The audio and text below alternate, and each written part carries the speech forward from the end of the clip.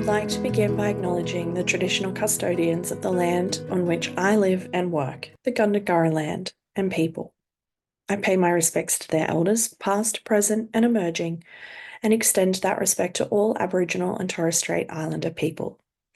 I also want to acknowledge the traditional custodians of the lands on which you, our listeners, are joining us from today. I recognise the deep connection that First Nations people have to this land, their enduring culture, and their commitment to the preservation and care for their country. This land was never ceded, and it always was and always will be Aboriginal land.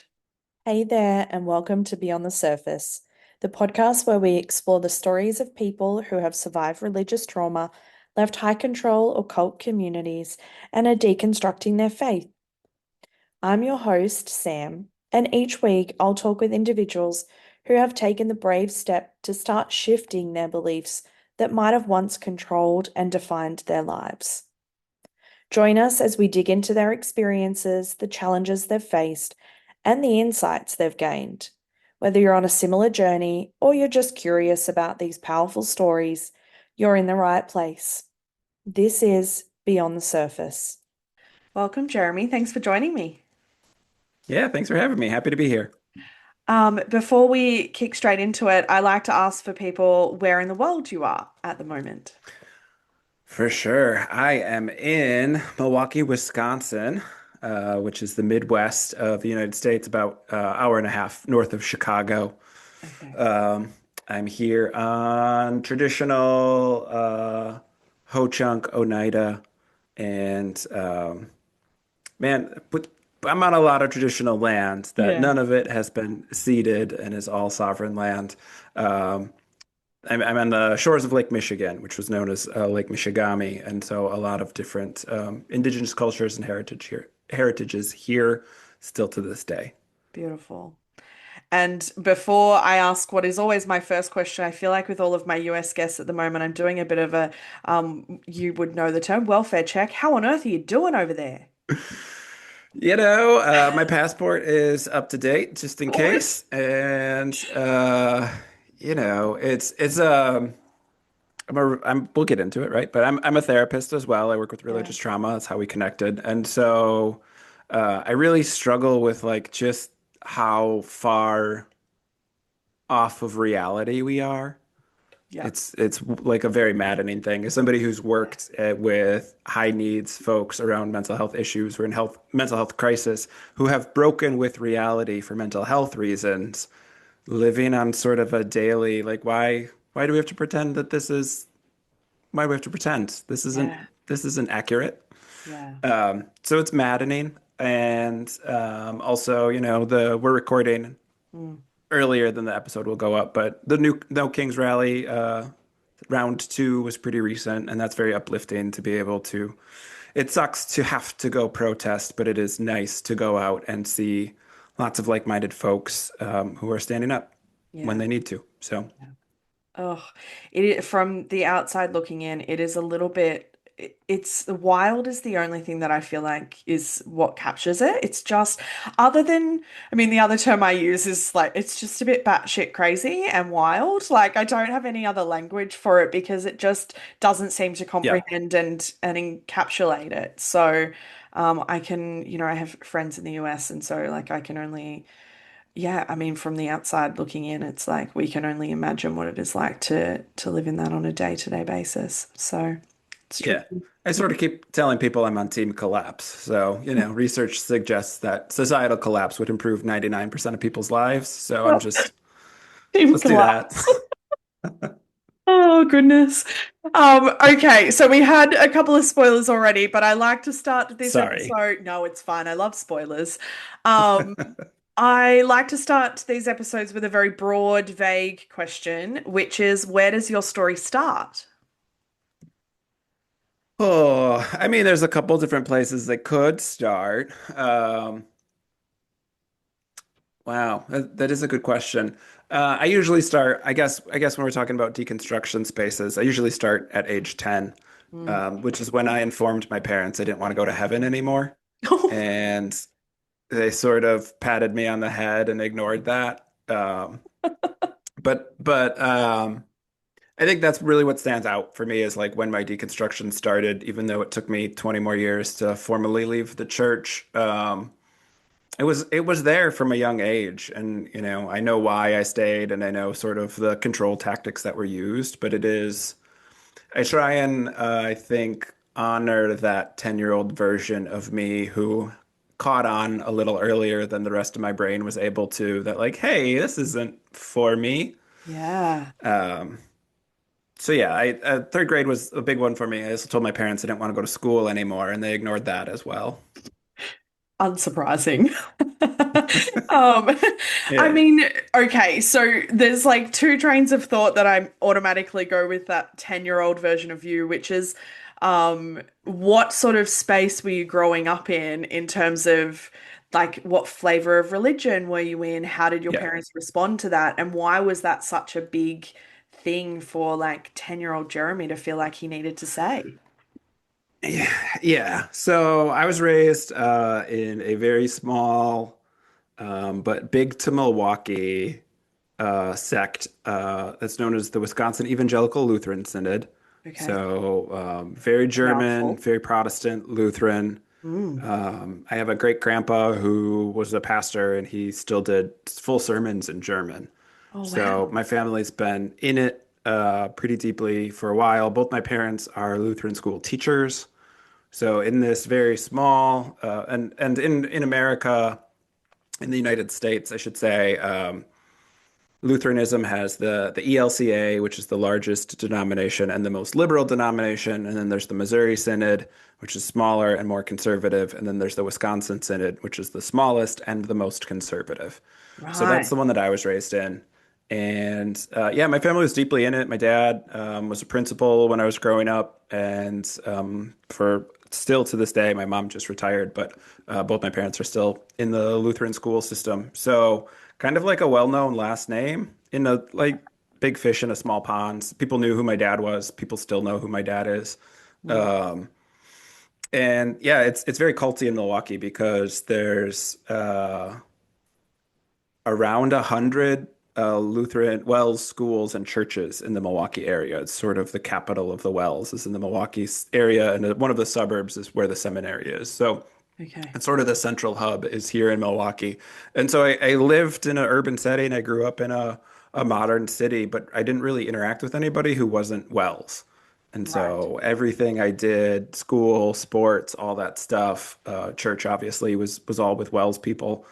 And so it's a weird sort of double world you grow up in where I was in the north side of Milwaukee, which is predominantly black. I Mm. was one of the few white kids in my neighborhood, and because we were poor, obviously, and because my parents worked for a small Yeah. religious sect, right? Obviously, we Yes. were poor. Um, and so I grew up in Milwaukee, and then like we sort of drove a bit of to find like this Wells school, and they were all over the place. But my parents were so connected, we had to go to the right one, and we had to go to the one that like whatever. Yeah.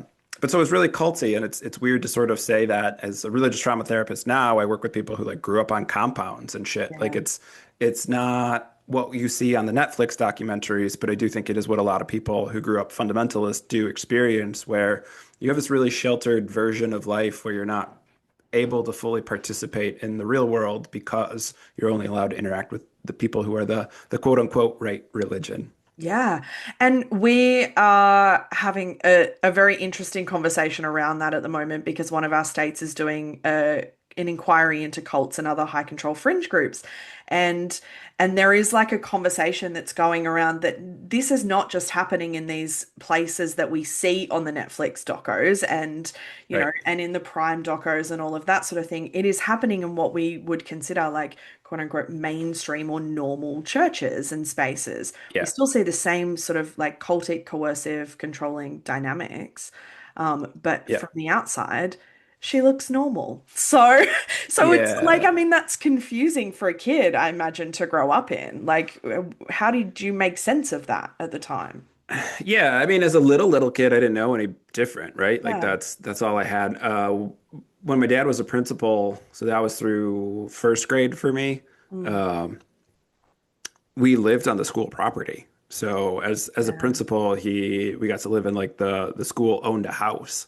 Mm. And so we got to live in the house that was on the school property. So like as a little kid, I had a full playground in my backyard, Yeah. like could go across the parking lot and there's the basketball courts on the parking lot. And like, so as a little kid, I don't really remember much other than like, it's pretty idyllic. I had a playground. I'm the youngest of four. I had older siblings to play with. Like it was pretty Yeah. good. Yeah. I think what happens, your second question was what happened in third grade, 10-year-old Mm. Jeremy.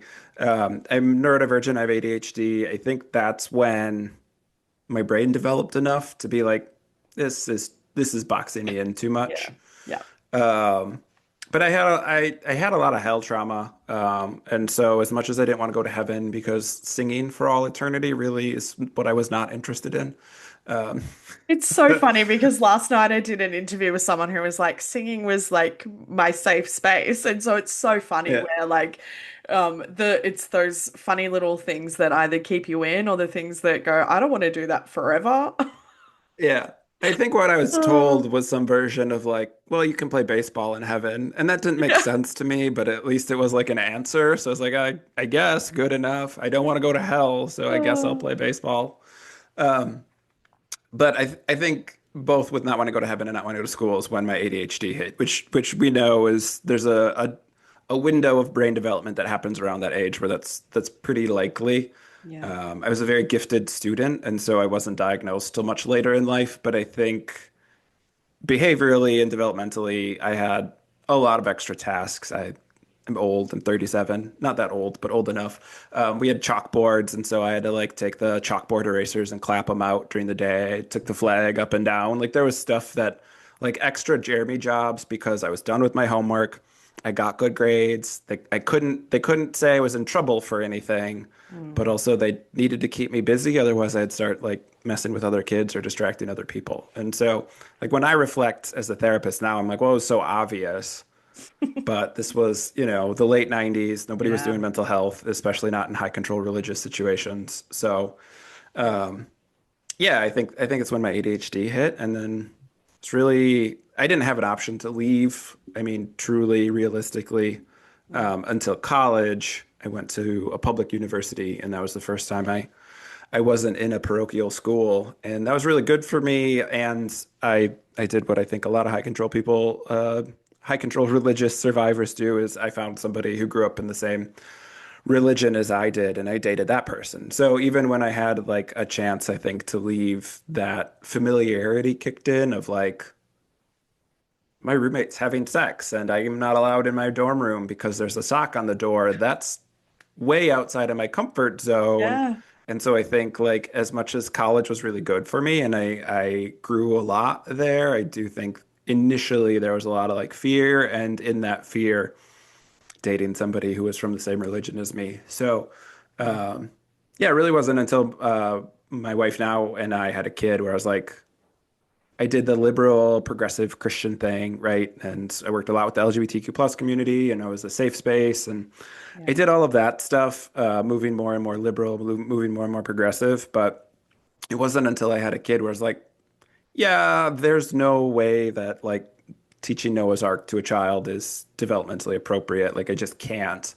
And No. I think once I sort of said that out loud, it's like, yeah, I don't believe that either. Yeah. So again, I sort of view that 10-year-old as that marker of like, I knew I was deconstructing then. There's some other like standout things. I remember having like sit downs with a pastor and stuff, being like, this has to be inaccurate or this cannot be true.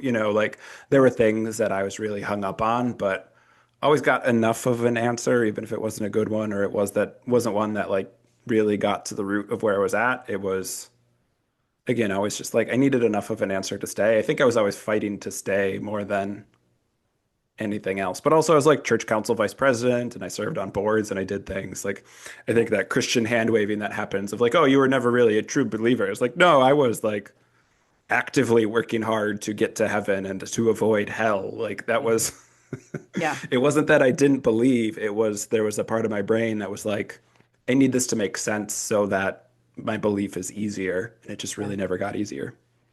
Yeah, and so throughout, I mean, I asked this question particularly for people who were raised in spaces like this, which was at what point was your faith or your spirituality your own and not the one that you were raised in? And who was God to you throughout that time? Yeah, that's a good question. I have two sort of answers because I think I try and normalize this as much as I can. I think one of the big breaks for me was hitting puberty, where like sexuality was just something I was going to feel guilty about a lot, but Yeah. like not stop pursuing it. And Yep. so there was, after I hit puberty, and started never having sex, but doing all the things leading up to intercourse. A lot of guilt, a lot of shame about that, but like always sort of the idea that like I wasn't gonna stop. Like it was too good. I liked it too much. It made my brain too happy. And that was something that was like, I think that first sort of embodied experience for me where it was like, I'm not overthinking stuff. Like I'm just genuinely like enjoying my experience here. Yep. And I'm ADHD, I'm autistic, like I'm not out of my head all that often. And Yeah. so sex was one of those things where it was like that, but still had the like purity culture and the shame stuff attached to that. So even though I think I knew I was never going to stop pursuing that, whether it was sinful or not, it was still a struggle. But then, yeah, when I left, when I was like, I don't believe this, I Mm. had prepped for that without knowing that's what I was doing. Um, What do you mean prepped for it, even though you didn't know at the time? so I was a gifted student, as I mentioned earlier. So I graduated from college when I was 20, Mm. and which is young here. I don't know. I don't know the Australian timeline for higher education. Um, Yeah. but I was a couple of years ahead, and so by the time I did my master's and then my post grad, around the time most people graduate from college, I had two graduate degrees already, and so I think I'd been Okay, doing. overachiever. Yeah, I don't say that to brag. No, I It's know. weird. It's like we refer to it as twice exceptional for people who Yeah. are neurodivergent, but on the gifted Yeah. side of things. It doesn't necessarily make life easier. It's not an accomplishment because it wasn't hard for me. And again, that's Yeah. not a brag. It's just like my brain is wired A differently than other reality. people's. Yeah. But I think I had this professional part of my brain that had been pretty built out by that point of like research says this, science says this. And so I don't know. I don't like the idea that science was my God, but I had this very research based. I went to University of Minnesota, which is one of the top three research institutions in the nation. And so like I had this really good scientific background on what good research looks like. How do you assess data? How do you spot data that's been like fudged and messed with? And like, I had this strong scientific background in spite of being raised on Noah's Ark and young Earth creationism and all this other stuff. When I had the opportunity to learn, I like learning. And so I started my career as a Christian counselor and I was convincing people, other believers, like, I know those are the words that are there, but this is how we have to interpret it because this is what the research tells us. And so I was like blending my professional brain, my science mind with like, again, trying to make it fit. I needed it to make sense. And so yeah, by the time I left, I was pretty comfortable being like, science is the thing. I landed in a like atheist pagan space though. I do still find some structure around things like the wheel of the year and marking the passage of time with ritual and some of those. I find that to be an important human experience. Yeah. I think some people can get squicked out on the religious terminology of things like ritual and stuff like that, but Yeah. that's just human. Religion uses it. It's Yes. not a religious idea. But so I was pretty ready for that. And, I find even in pagan spaces some of the same things that bother me about organized religion, which is Mm. humans organize around in-group, out-group dynamics way too much. But yeah, that's been good. That still feels pretty authentic, but like I'm not at a organization at all. There were so few organizations that were helpful, safe landing places for me when I formally left the church, and I think what a lot of people experience is missing that community, and so that community was Mm. good. That was also when I came out like publicly as an atheist was around COVID, so there was a lot of like a lot of people were online anyway, and so that Yeah. space, I think, being online was really helpful for me. But yeah, sort of a science-based, earth-revering nature is where I land, but without any of the woo. I know that's offensive to some pagans, but that is how I feel about it. Yeah. I know that when people talk about deconstruction, the conversation is largely around, pulling apart beliefs and doctrines and seeing how it aligns with you and do I believe this, do I believe that, all of Yeah. that sort of thing. But was there a part of you, this was all you knew for a really long time, and was there a part of you that was also trying to pull apart what would be referred to as a relationship with God? Or was that not No, I there? mean that was that I never had that. I mean, I don't want to say that. I never And you f- can I say never f- that. I never felt it. Yeah. And I can reflect on it now as a neurodivergent adult and say like a lot of what I felt like didn't fit in with other people Yeah. was being neurodivergent. Yeah. But in the context of religion, I thought other people were experiencing some version of like an active relationship or a communion with God. And like Mm. I didn't have that. And I just assumed as a child that like that was my fault, right? Like Yeah. somehow I was doing it wrong to not experience that. But no, I mean, late as my adulthood came on, there's so many things that I just sort of needed the permission to say out loud that I didn't believe it. Mm. You know, like I took a biblical, geez, parochial school, right? I took a biblical archaeology class, Mm. and like that wasn't helpful for me. Like that made me question a lot more, and that made me think my teacher was a moron, and like, I hadn't quite put together that like, right, none of this makes sense because it's wrong, Mm. but I was like, this person who's supposed to be helping me understand is an idiot because they are making me understand even less. They Yeah. must be woefully uninformed. And granted, I felt that about a lot of my teachers for a lot of different reasons. Yeah. But like, yeah, there was stuff around. I remember having a pretty big like I'm gonna call it a come to Jesus moment with one of my pastors because I was like, if I choke on the communion wafer and die, and you do an autopsy of me, I do not believe there will be human flesh in my stomach.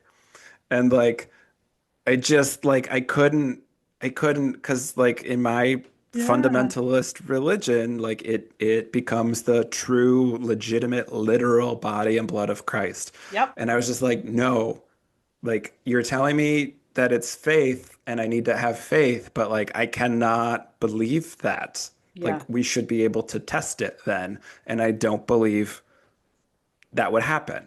And I How don't were think you do either. how were questions like that responded to? Because I mean, we know in like cultic spaces that questions are Yeah. not looked upon fondly, particularly the, wrong kind of questions. Yeah, I always occupied a weird space for people. One, because I was like sort of a well-known family. Yeah. So I think people in power, I wasn't aware of this, but reflecting on it now, I think people in power were like wary of they knew they couldn't excommunicate me, right? Like my family was too big of a Yeah. deal. So I Yeah. think they were always sort of trying to, but also as this gifted student, so they wanted me in the church. Like there were people who wanted me to be a pastor, which would have been a horrific idea. But like, there were people who wanted to steer me toward some version of like public ministry as a career because I was very smart. I'm a, Yeah. natural, public speaking comes very naturally. There are things that like, again, I know now I was really good at masking and that's all they were appreciating.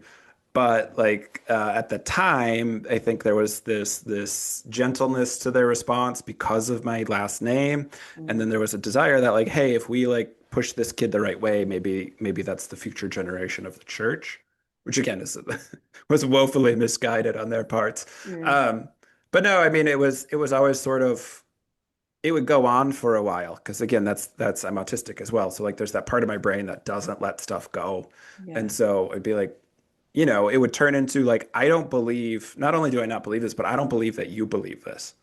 Because if you believe that, Yeah. like, explain to me your belief Yeah. because it doesn't make sense to me.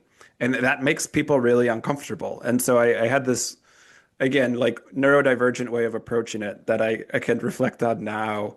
But like it made it hard for people. I was earnest, I was genuine. Again, I wasn't coming in like middle finger to the law. I was coming in like, help me understand this because it's bothering me. Yeah. And so I got a lot of, I sort of say like the response I got at 10 is what I continued to get, just different versions of it was just like a pat on the head and like, Mm. but you're going to keep doing this.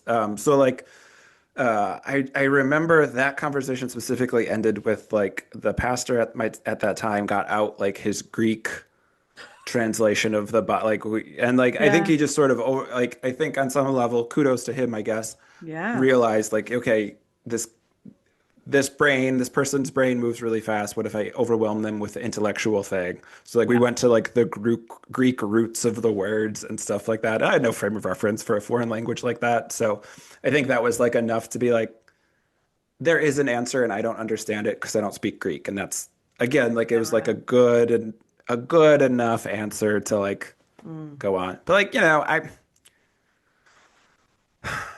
my parents are still in the church, right? So Yeah. I don't want to like give them more credit for deconstructing than they deserve. But like my mom's an English teacher and she would sit during church services and she would take the little, the little pencil or pen that's in the pews for the attendance tracker kind of thing. She would grab that and she would like circle grammatical errors in the bulletin. And so like I grew up with this like, yes, we had to go to church and we had to be there. We Yeah. didn't skip, we didn't take t weeks off.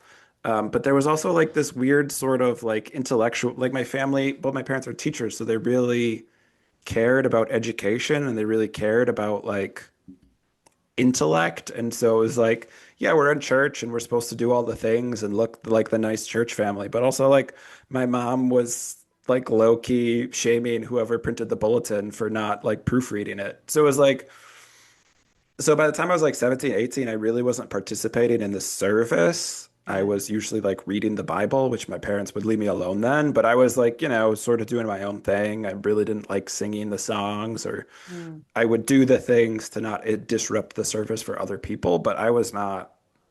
And again, I wasn't a non-believer at that point. I was. It was just more of like, I'm going to read this like thing about Paul because that's what my brain's on, rather than like whatever we're getting at Christmas service or Easter service. Like done, been there, done that. That's boring. Let me do something more interesting. Yeah. And as long as I wasn't disruptive, my parents pretty much let me be.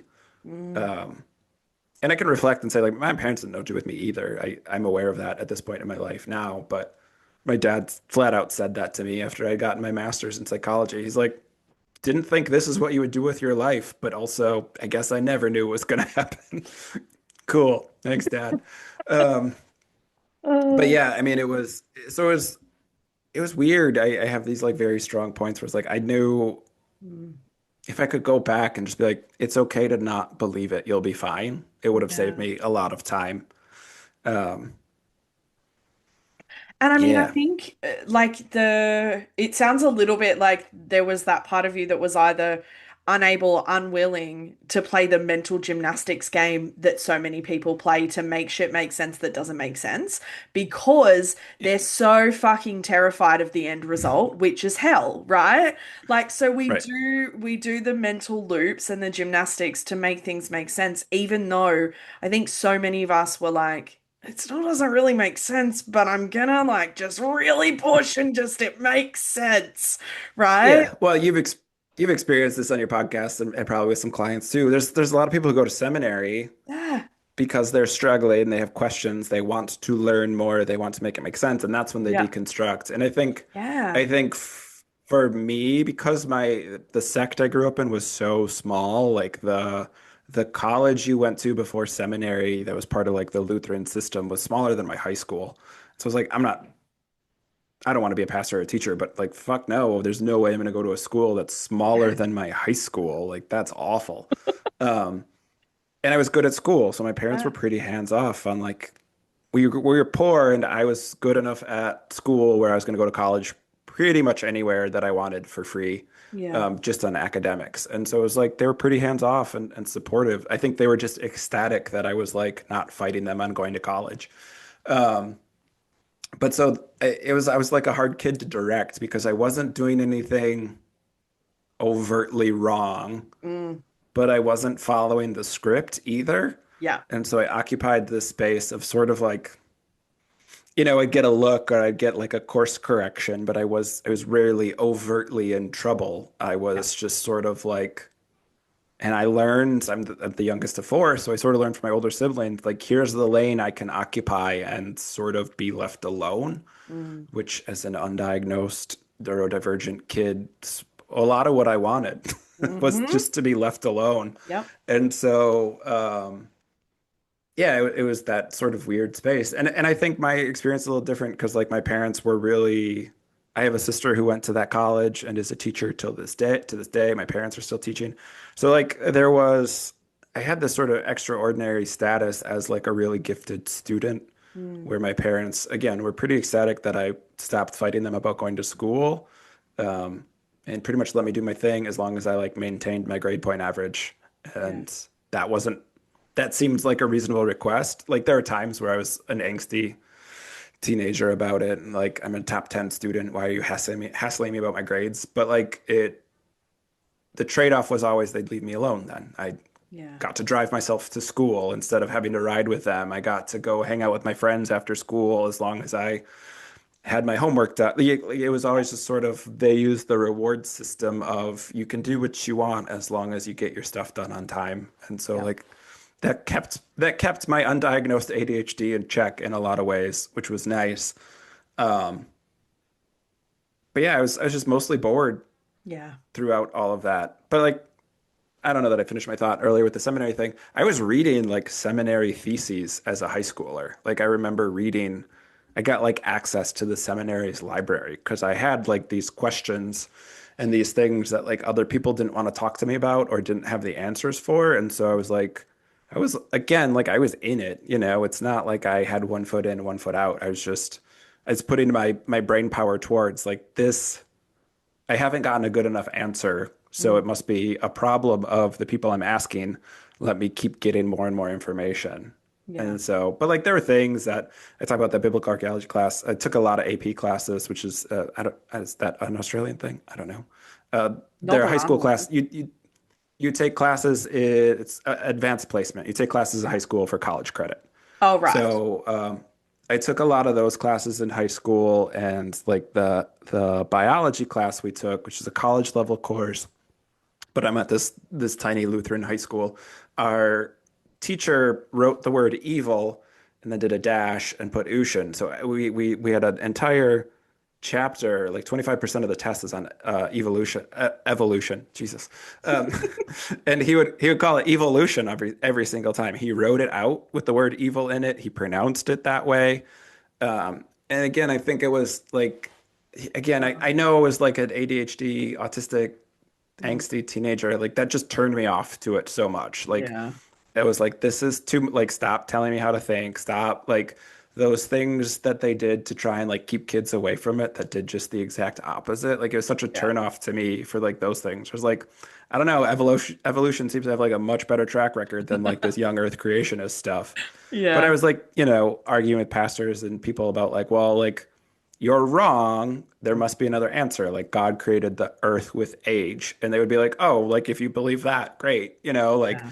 I was sort of coming up with my own solutions to these problems because nobody was giving me like a good enough answer. Yeah. So by the time I 15-year-old left, me would have ate up a teacher saying evolution. She would have just like frothed over that. I would have loved it.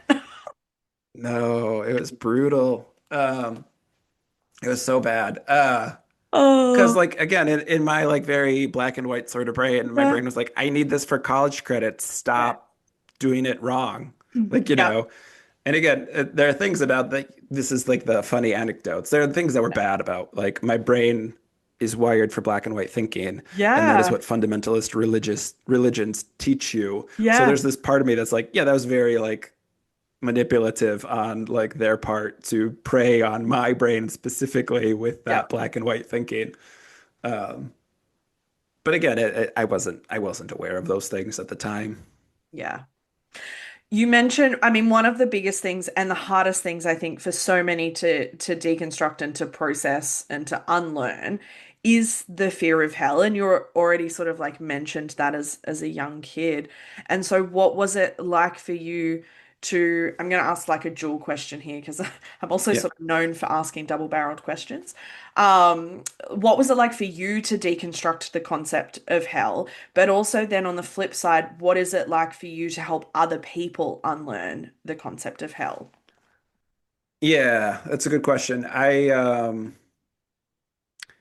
I did what people who don't have good answers do, and I was like, let me dig in and learn more about this. I remember reading, so I mentioned my parents were both teachers, both at different points in their careers, English teachers. So I grew up in like of not only like an education is very important, but like words are very important. Yeah. Like I grew up reading like Lord Byron and, famous Yeah. poetry, and like I was a weird kid. Um, but so I remember reading Dante's Inferno and being like, huh, that's pretty much our understanding of hell, but that's not in the Bible. That's And familiar. Yeah. so I like made one of those connections young just because I was like reading the classics for, I don't know, fun, question mark. Um, and so then like, I had this, it was this back and forth thing because like the Bible, the translation we used didn't say that much about hell. And Mm, so I was aware, I don't know, I probably chalked this up as like, this is how the world gets you, that tricky, tricky sinners out there. mhm. But that like there was a difference between the sort of cultural understanding of hell and what it actually was. Um, but at the same time, like I would not watch a horror film. Like anything that was about demons or demon possession was really like too freaky for me. Yeah. I have still to this day a pretty vivid imagination. So like as a young kid, like I was the kid who would like have a bad thought about a demon and then wake up at like 3:33 like for the next week and be like, oh no, somehow this is satanic. I don't know how, but it clearly is. Yeah. Um, yeah, that stuff was not great for me, and it just sort of went away with like none of this is real. Mm, And Richard Carrier's work was really instrumental for me when I found his work. I was at that point I was working in higher ed, and doing like the very liberal Christian thing, safe space on campus, working. I worked with athletes at the time. I was the director of student athlete mental wellness. And so I was like pretty overtly, hey, I'm here for you, all you little closeted queer athletes who play women's softball and women's lacrosse, and those stereotypes exist for a reason. Like I was pretty out and about on a Christian campus as like, I'm safe, I mm. support you. Jesus has to love you. Everyone who's here is a bigot, but like I'm not. So like I Yeah. was doing sort of that stuff. So I was like, I was just like waiting. I look back and I just be like, Jeremy, just leave, just leave. Like you're ready to just leave.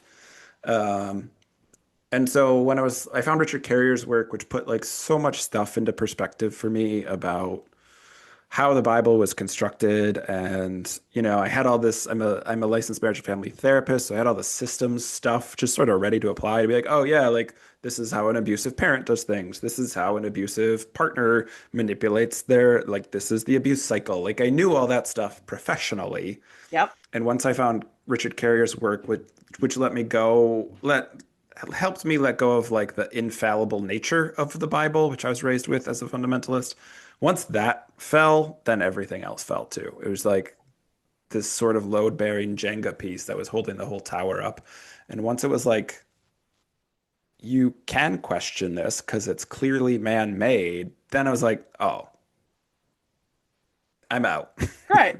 Good. And I say I was out, but like, right, I went back to study religious trauma specifically to make sense of like why I Yeah. stayed for so long and all this other stuff. But like, it was a lot of it. It made sense to me once I like moved into that space of like, oh yeah, like obviously.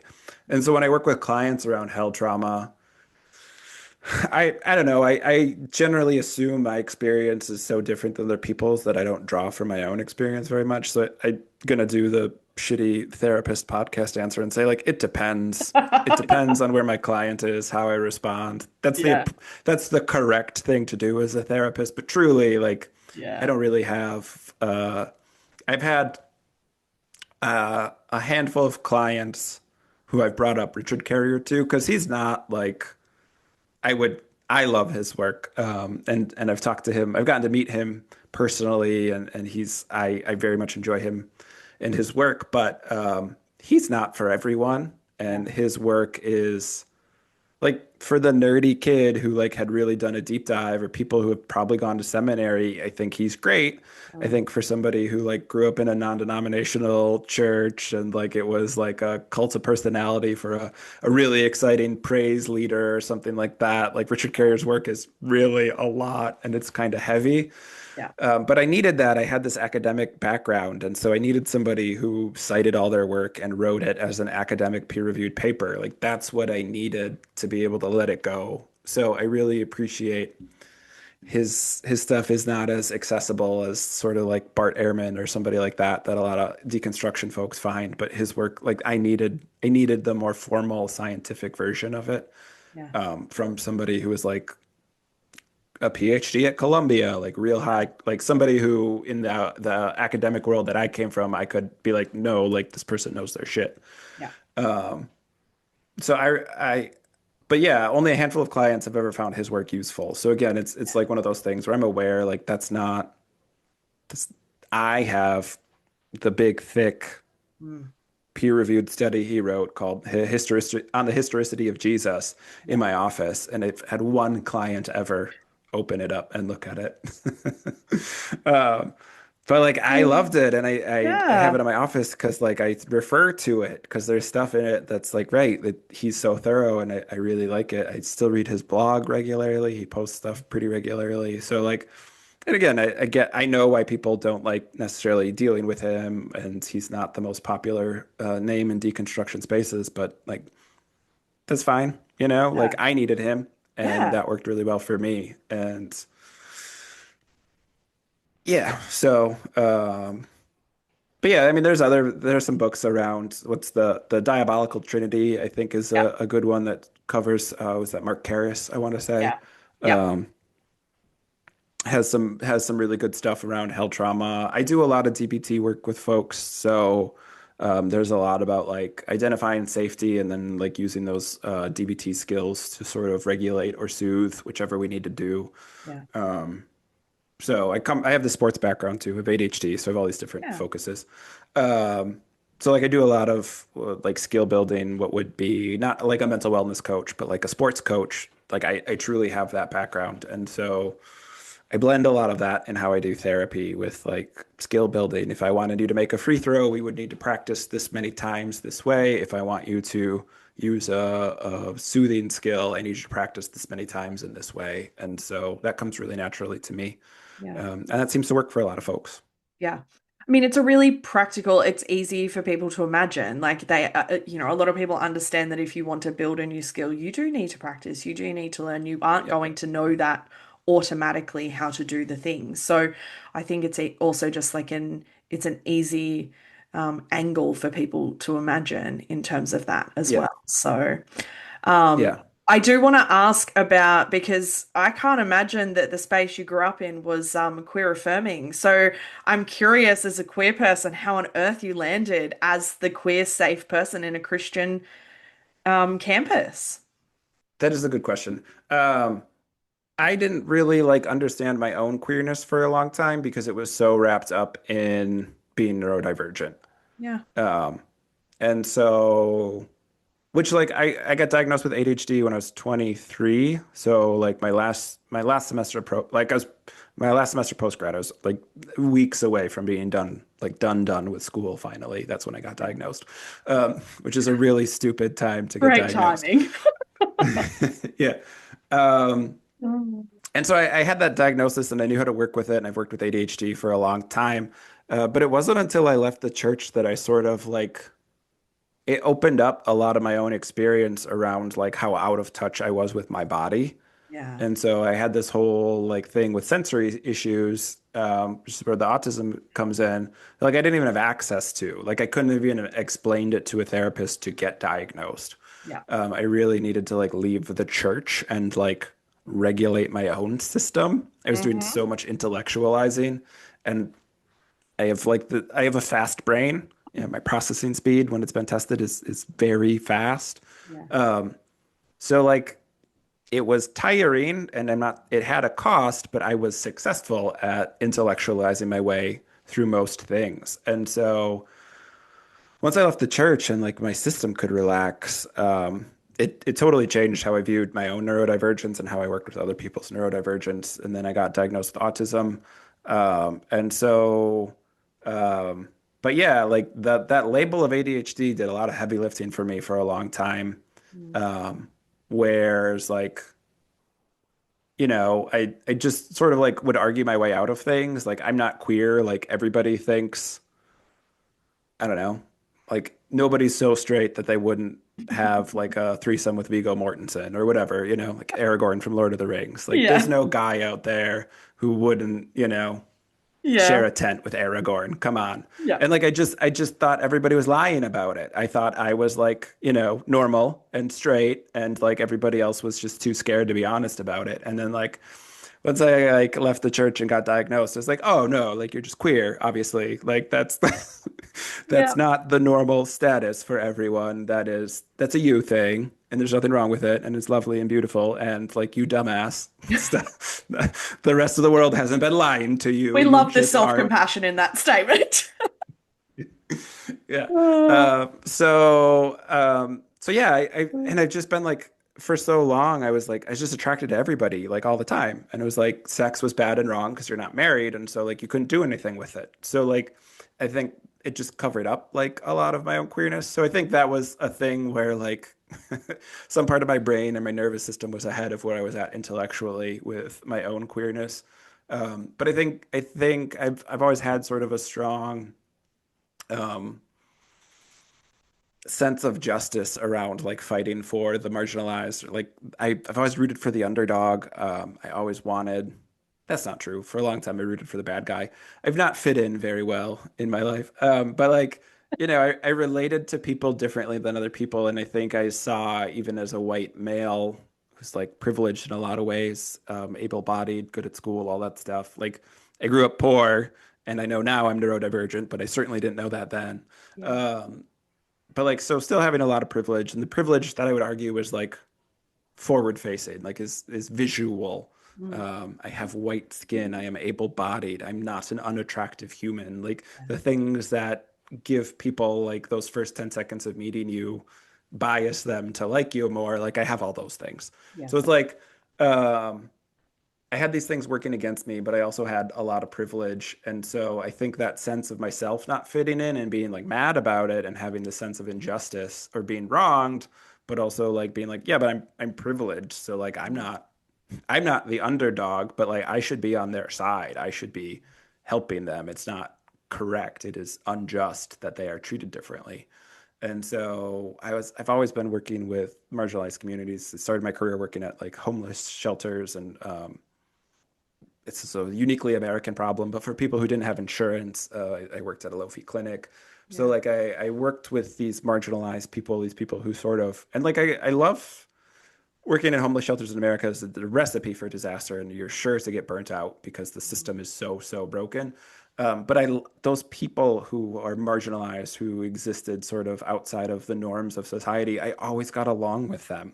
Like there was that neurodivergent piece of my brain that like saw a fellow traveler and just vibed with them, and like so there's always that sense for me. And as a coach, I've always been very protective of my players from bad coaches, from bad referees, from their parents being mean to them, whatever it is. It's like, hey, this like 16-year-old kid doesn't need your shit. Life is hard enough for them. Leave them alone. I need them to play volleyball.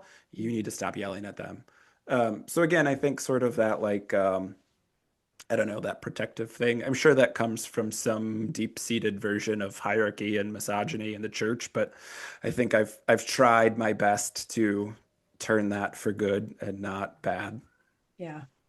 I mean, I think some people naturally have a advocacy, justice seeking part of them, I think. And I mean, I will often talk about my own experience and that, yeah, those looked different at different stages because at one Yeah. point they were driven by the church. But my love of justice and advocacy didn't just magically disappear when I left the church. It now just looks different. It's actually fuller than it was then, Yeah. but it still Yeah. existed. Beliefs change, values very rarely do. And so I think those Yeah. parts of us, exist um, all over that space, irrespective of where you land in terms of belief.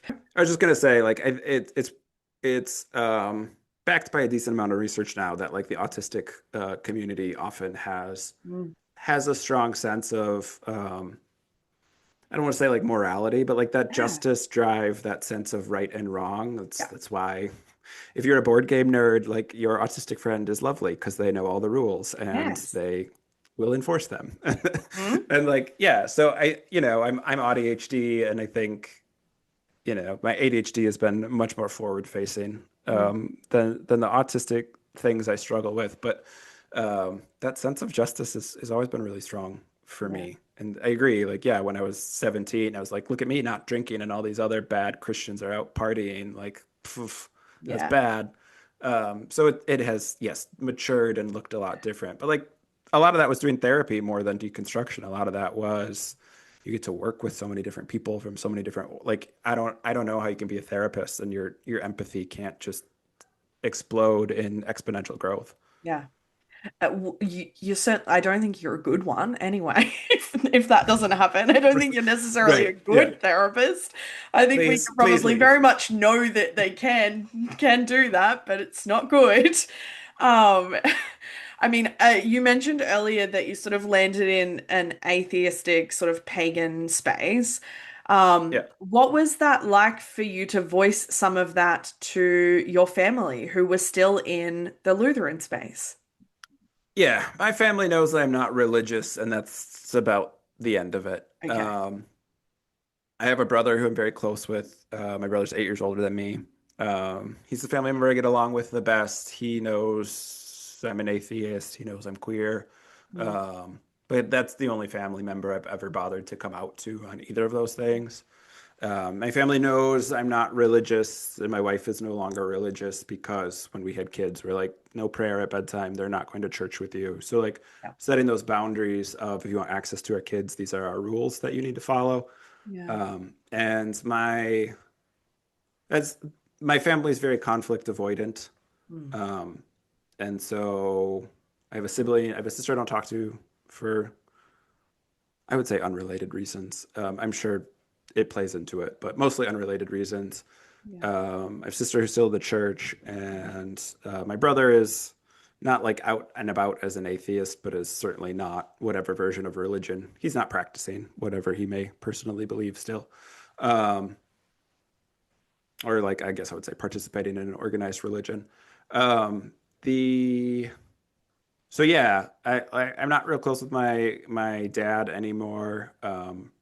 And my mom is pretty close geographically to us and babysits our kids a lot. So we see my mom a lot, but it's really in the context of like grandma time. Like she is wonderful for my boys.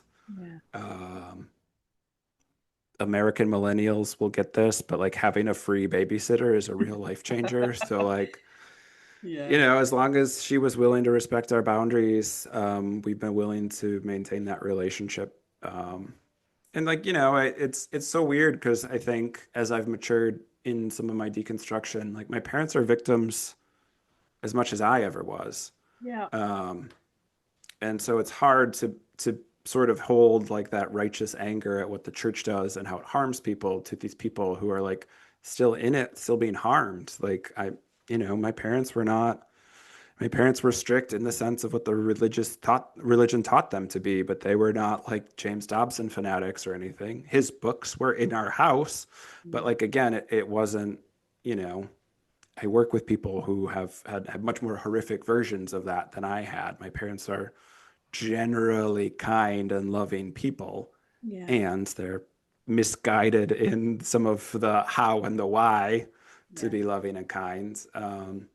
My mom's interesting. I think she's really quite high undiagnosed anxiety. And so I wonder how much of some of that like circling stuff during the bulletin and some of her behaviors that I saw growing up was maybe not a lack of belief, but like maybe not as full-fledged hardcore into the church as I always thought she was. Yeah. Um, and yeah, I'm pretty sure some of my neurodivergence comes from my dad's side of the family. I had a grandma who was not a grandma, a great grandma who was institutionalized for a while, and like just nobody talks about that.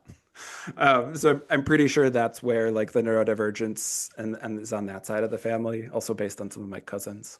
Yeah. But like my dad's a hard read. He and I had more of a falling out in my teenage years when I was still a Christian, just based on we're very different people. Yeah. He was a teacher of mine. I played baseball growing up. I had him as a coach and a teacher in the same semester. And that was like when I was 16 or 17, which is when you're pretty sick of your parents to begin with. So then he and I saw each other too much in that individuation phase that I was in.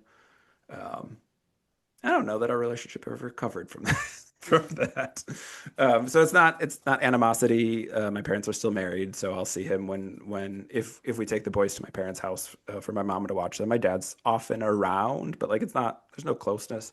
So it's pretty comfortable just to not talk about anything. Mm. I'm not going out of my way to convert them to atheism as long as they are respectful of our rules with my boys, and they always have been. So, Yeah. which is like I'm grateful for that because that's certainly not what a lot of people experience. I get that, Yeah, no, but I I was definitely actually just about to say, like, so many people, that's one of the hardest things, right? Is like, people deconstruct or they leave a church system or faith and their family don't, and yet they have to navigate relationship or boundaries and things like that. yeah. And it's hard. But I mean, I see that online so often as well, particularly in the US with, you know, people talking about like their MAGA families and things like that and Mhm. having to navigate boundaries. And so it's hard, right? Yeah. Yeah, it's I think my parents knew me well enough to know like there would be no changing that boundary. Yeah. And so I don't know how like again like they're lovely upstanding people or it's like based on respect or just like if we mess with this, he will not let us see those boys. Yeah. And so I think it was a very like I didn't have to fight the boundary. It was like set and it was firm right away. Yeah. And some of that's like because I know how to set a boundary because I teach other people how to do boundaries all the time. Yeah. Like I'm not coming at it as like, look at me, I get it all right. And my family's awesome. I think it was like, right, I have done this work for a long time. My wife and I were married for 6 or 7 years before we had kids. So like, Yeah. and that was because that's how I wanted to do it as a marriage therapist. Like I was like, we're not having kids right away, even though we did the very Christian thing and got married young. We were like, let's just be married for a while and not have kids. And so like it was like 30, 31 when we had our first kid. So it was like setting some of those boundaries was I knew what I was doing. I knew how to set a boundary and my parents knew me well enough to know like that wasn't a thing to test. Yeah. Yeah. I mean, I typically will ask this question, but I'm going to ask it in a bit of a different way, which is like, as someone who has intellectualized so much of their deconstruction, how does the concept of spirituality land for you now? What is that space like? Yeah, I don't know. I still intellectualize it a lot. Yeah. No, I hold a lot of like reverence and space for nature, and Yeah. I feel best. I feel best participating in community in nature.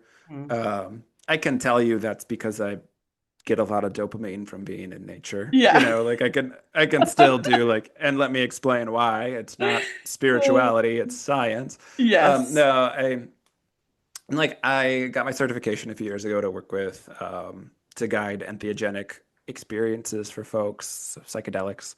Yeah. Even in that space, I see some people who are a little too wooey for my taste, and I'm like, it's not this magical thing. You're on a drug, Yeah. and it's a thing that's changing your brain chemistry, and that changes your experience. It's not more than that. Stop banding it to be God or the source or whatever. Like Mhm. it's not telling you anything any more than your doctor putting you under anesthesia is telling you. Like it's the same thing. It's a drug that's not natural to your brain, and your brain is responding accordingly. Like, so I'm not like a, I don't know, spiritual. I would describe it as like my hackles get raised around it. I'm Yeah. still prickly around the concept of it because I think more than my own personal experience, because I see still on a regular basis how many people get harmed Oh, by it, yeah. as my working with religious trauma and seeing it, like that sense of justice and like this thing is bad and wrong and we should stop letting people do it is like right there for me. Yeah. And that's, I would lean towards more based on my clients' experiences than my own. Mm. I like psychedelic work. I like people who do that stuff. I like a lot of the pagan stuff that I've been involved in, and like I can explain how and why it works in the human psyche without going into a supernatural explanation. And that's, I also hold science tentatively in the sense that, like, obviously we don't understand everything and we don't have a good scientific explanation for everything. I put that mostly on, like, there is a good explanation, we just don't have it yet, Yeah. more than I land on supernatural. But yeah, like, I think it is magical to have a really good connection with someone. I think having a fantastic conversation with another human being is like this little m magic. Yeah. Like I think there are things that are exceedingly wonderful and beautiful and make life worth living without needing to like default to a supernatural. I will, like, we rescued a praying mantis recently, Oh. and it has like been amazing, and I've gotten so much joy from watching my children watch it eat, from me watching it eat, from having to catch it food and like all this stuff. And like, again, I'm very ADHD. My 7-year-old is too. Like, right, it's a brand new thing that's really exciting in our house. We're of course New just and like shiny.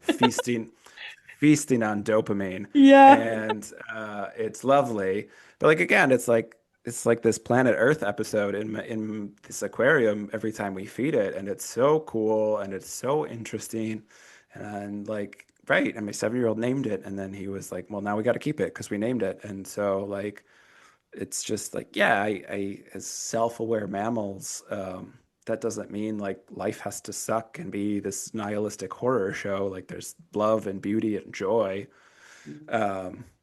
So I don't know. That's a really long, terrible definition of spirituality. But like, I think there are things that are beautiful and magical without needing to be supernatural. Yeah, and well, actually, before I ask this question, I need to know the praying mantis's name now. Its name is Razor. Oh, I think he named it Razor because it's got the sharp yes. for, I don't know, they're not claws.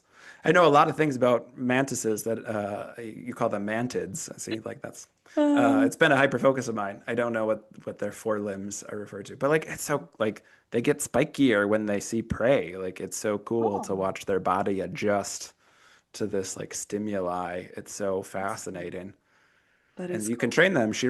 I don't know that she recognizes my voice yet, but you can train them to recognize voices so that like they know they're going to get fed because they recognize that voice. So Wow. my wife doesn't like bugs, so we don't Oh, take her out. You can like hold them and let them move around. They do have wings, so they can yeah. fly. So we Yeah. usually keep her in her aquarium. But yeah, it's like, it's stuff like that where it's like, man, you can be like really down about the state of the world, but especially the Mm, United States. yeah. Um, and then like something like that comes along and it's like so joyous and wonderful. So Yeah. I love that.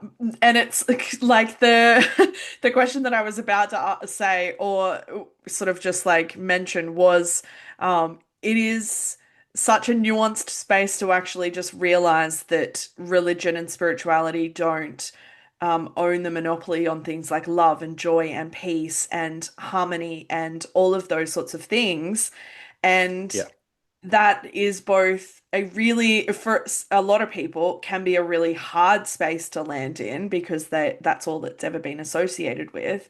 But you sort of were like, it's not the best definition of spirituality, but like, getting to a space where like those things are inherently spiritual within, they just don't have an external spirituality or a divine nature or something, bigger and yeah, grander than yourself. yeah.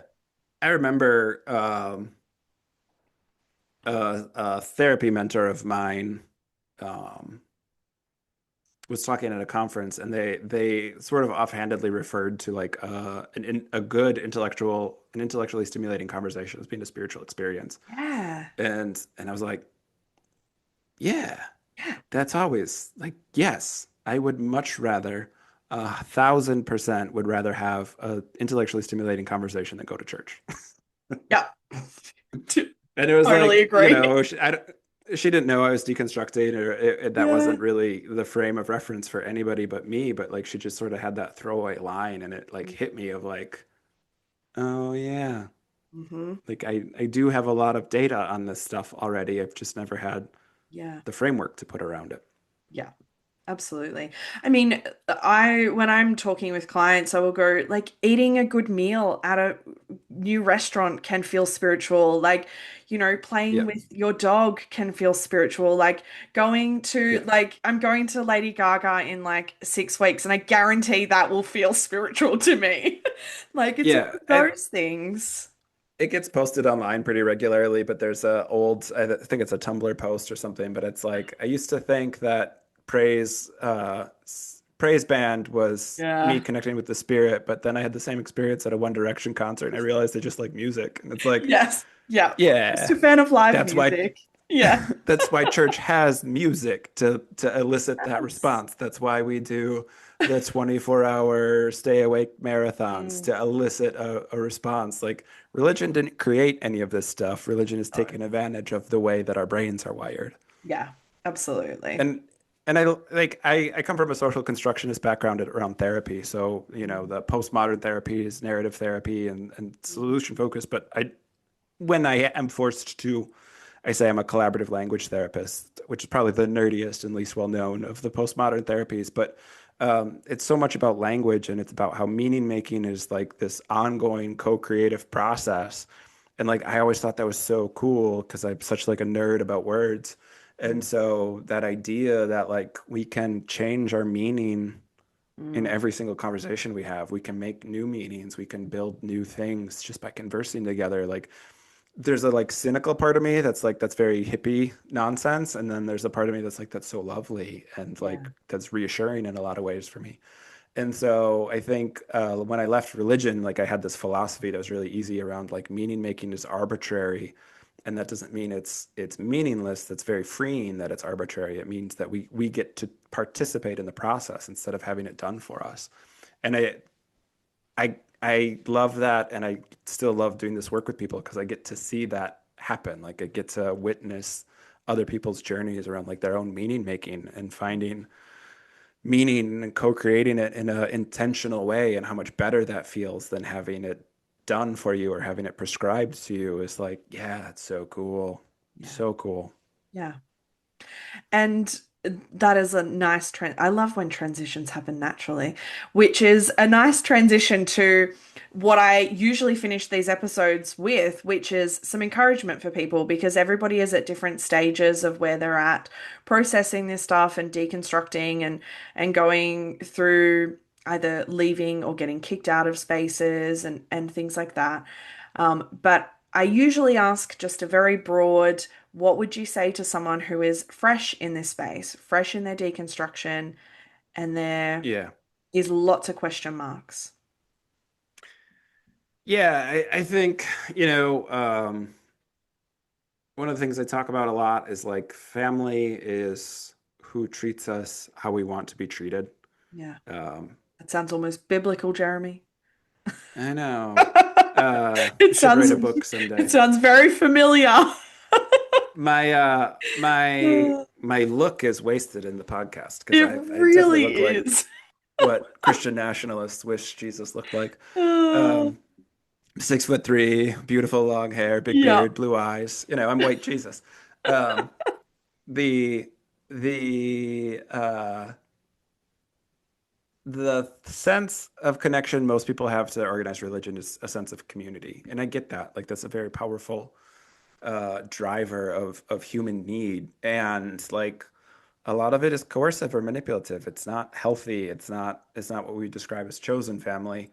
Um, it's closer to what we get from our family of origins. It's closer to what our biological family often is. It's a sense of obligation, or it's a transactional relationship instead of being one that is like mutually loving and respectful. And so I think finding your family, finding chosen family, building community that is actual unconditional love, not unconditional love with a lot of fine print. Yeah. And, for people who can access their bodies, like listen to your body. For my neurodivergent people out there who are like, the fuck is he talking about with accessing their body? Like, Yeah. read the books, listen to the podcasts, do the intellectual thing.